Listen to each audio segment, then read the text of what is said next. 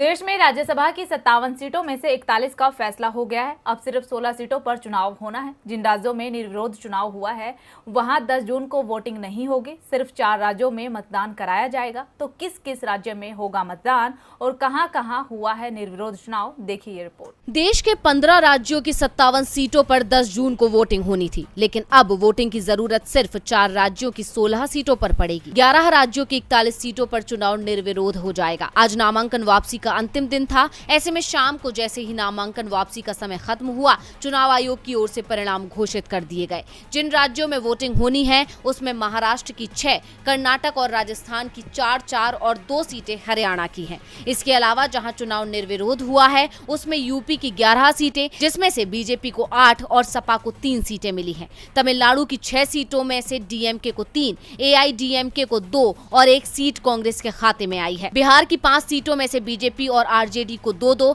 जबकि 1 seat JDU को मिली है। आंध्र प्रदेश की 4 सीटें वाईएसआरसीपी को, ओडिशा की 3 सीटों पर बीजेडी को जीत मिली है, जबकि मध्य प्रदेश में 2 सीटें बीजेपी और 1 पर कांग्रेस को जीत मिली है। छत्तीसगढ़ की 2 सीटें कांग्रेस को, तेलंगाना की दोनों सीटें टीआरएस को और पंजाब की 2 सीटें आप को मिली हैं, जबकि झारखंड की 2 सीटों में बीजेपी और जेएमएम को 1-1 सीट मिली है। उत्तराखंड की 1 सीट बीजेपी के हिस्से में आई है। अब जहां चुनाव होना है वहां सबकी नजर है। हरियाणा की 2 सीटों पर 3 उम्मीदवार मैदान में हैं। बीजेपी के कृष्णलाल पवार, कांग्रेस के अजय माकन और निर्दलीय उम्मीदवार कार्तिकेय शर्मा के बीच मुकाबला है। कृष्णलाल पवार की जीत तय मानी जा रही है, लेकिन अजय माकन और कार्तिकेय के बीच कड़ा मुकाबला दिख रहा है। राजस्थान की 4 सीटों में से 2 पर कांग्रेस की जीत तय है। मुकुल वासनिक और रणदीप सिंह सुरजेवाला आसानी से जीत रहे हैं, तो बीजेपी के घनश्याम तिवारी की राह भी आसान है। लेकिन चौथी सीट के लिए कांग्रेस के प्रमोद तिवारी और बीजेपी के समर्थन से मैदान में उतरे सुभाष चंद्रा के बीच मुकाबला काफी करीबी माना जा रहा है।